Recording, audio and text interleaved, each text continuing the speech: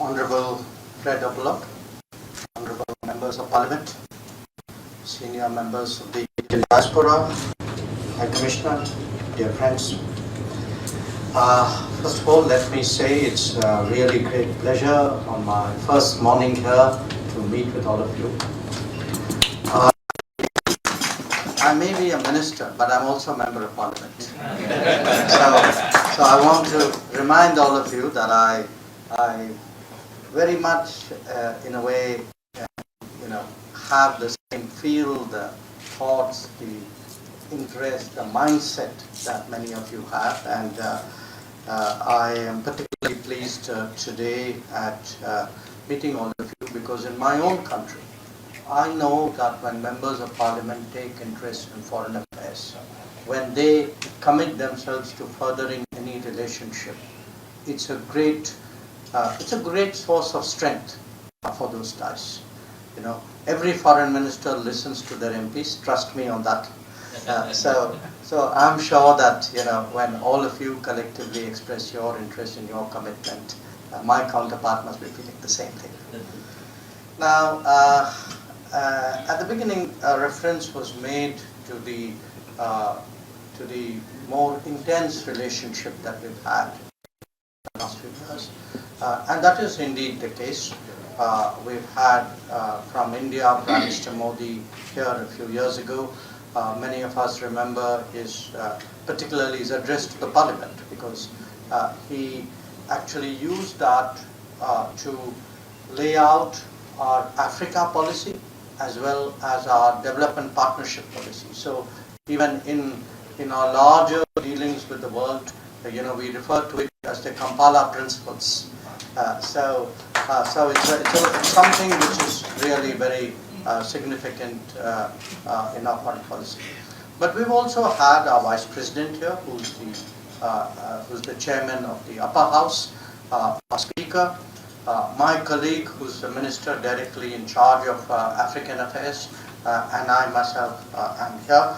And I hope between all these visits, it completely convinces you really how serious we are and how much we look forward to taking this relationship forward. We had President Museveni visit India last during the India-Africa Summit in 2015. It was our hope, of course, that we would do the next summit. It has slipped, unfortunately, due to COVID. But despite the COVID, what I do want to say is, whether it was the commitments made by Prime Minister Modi when he came to Uganda, or the commitments we made at the India-Africa Summit, we have kept those commitments. And one of those commitments of which we are particularly proud of was we had committed really to provide educational and skill access to 50,000 young people from Africa. Despite the COVID, we've actually reached in excess of 45,000. And when we look at the next generation, for us the next generation is not only the next generation in Parliament, which we give a lot of emphasis on, but actually the next generation of leaders and policymakers and professionals and implementers in this society. I'm particularly glad to learn of the forum, of all that you are doing, honorable members, and the interest that you are taking, whether it's the LOC, whether it's the infrastructure, whether it is the issue of how to make Ugandans of Indian origin a much more integrated part of your society.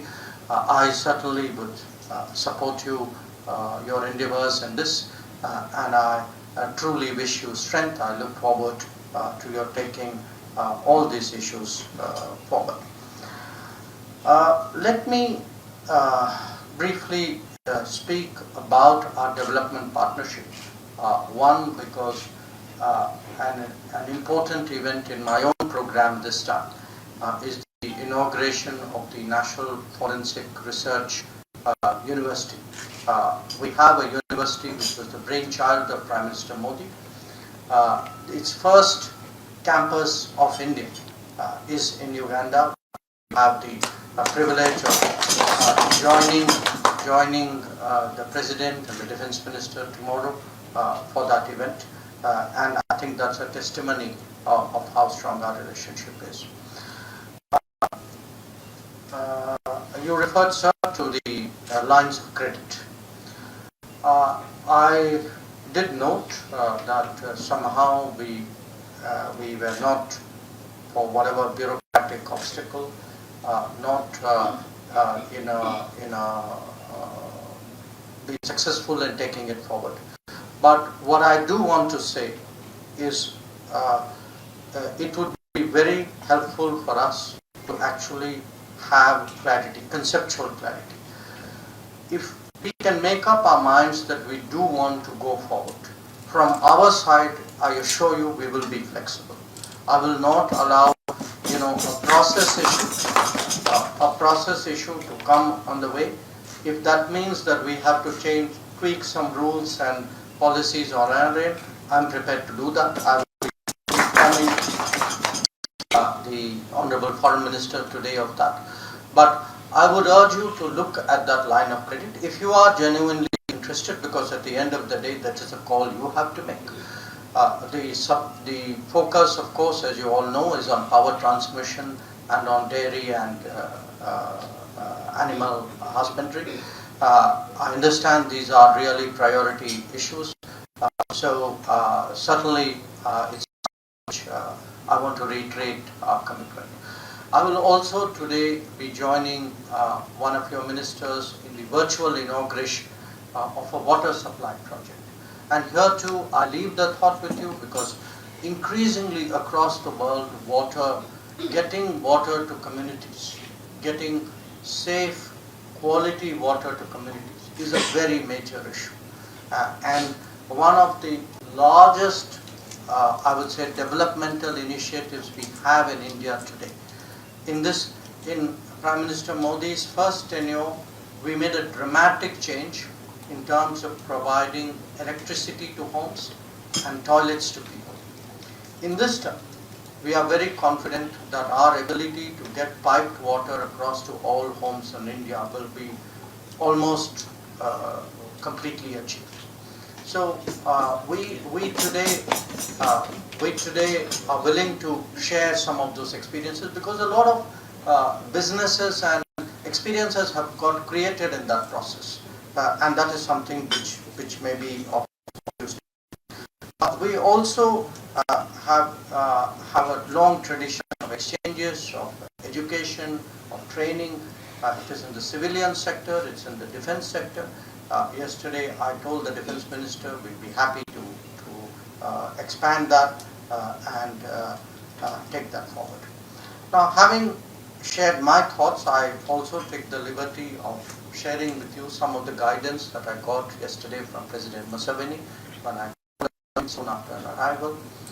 And he impressed on me why it is important today for us to really focus on value adds.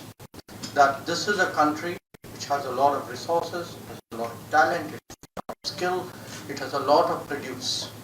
But how do we get value adds on that produce? How do we scale up that companies? How do we connect Uganda much closer to the global markets? I think these were really the thrust of what the shared with me, and I assured him, and I shared that with you, that the follow-up which we will do is to have sustained business events in India, where there's an opportunity to market all the possibilities in Uganda to Indian business, as well as we would be keen to send a business delegation here, so that they themselves, those who have an interest are able to interact with business. And here I would say the Ugandans of Indian origin, the Indian diaspora, I think is particularly important. I echo many of the words which the High Commissioner said, and I do feel that how to get the best out of them in terms of connecting to the world. Not just connecting to India, that their entrepreneurial skills actually open up many other possibilities for Uganda.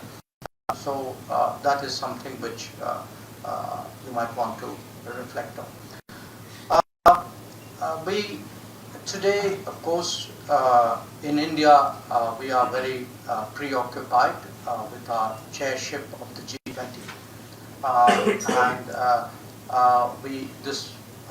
the meetings are taking place as we speak. We will have a very big summit in September. But I mentioned that to you because we are doing G20 differently. We are doing it differently in the sense that no other chair of G20 made an effort to consult all the countries of the global south and asked them, saying, look, you are not on the table. So what are your interests? What are the things you want? What are your concerns that we can put on the table on your behalf? We went through this very, very detailed, very exhaustive exercise in the month of January. And of course, naturally, Uganda was a participant as well. Today, we would like to use the G20 presidency really to get that forum to focus on what is its remit, what was its mandate, which is global growth and global development, and issues which are very important for you, issues of green growth, issues of debt, issues of health, issues of SDG, developmental agenda, issues of digital delivery. I think all these are really the issues on which we would like the G20 to focus on. And finally, I'm very conscious that Uganda will have the privilege of chairing the non-aligned movement. Today, when I meet the foreign minister, as I did yesterday when I called on the president, I will certainly, on behalf of India, reiterate our fullest support for your very successful chairship of the non-aligned movement. It is something which, again, is a very important responsibility, but I think it's a responsibility which certainly Uganda, under a tall and experienced leader like you have, I think we expect that again the non-aligned will get a kind of a new energy under the Uganda chairship. So I thank you all. I cannot think of a better way of beginning my day.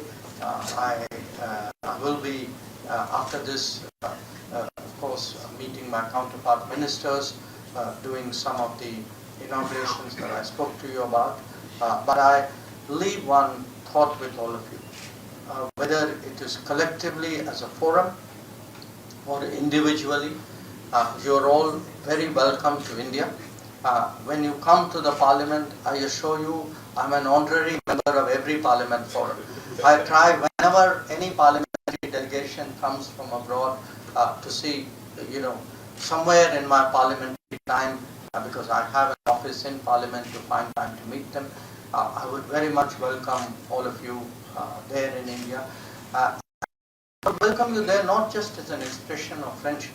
I would also welcome you in India because it would give us a chance to really demonstrate some of our experiences and to see how in some way they may relate to the challenges and aspirations that you are looking at. So once again, a very, very big thank you. I thank you, High Commissioner, and Foreign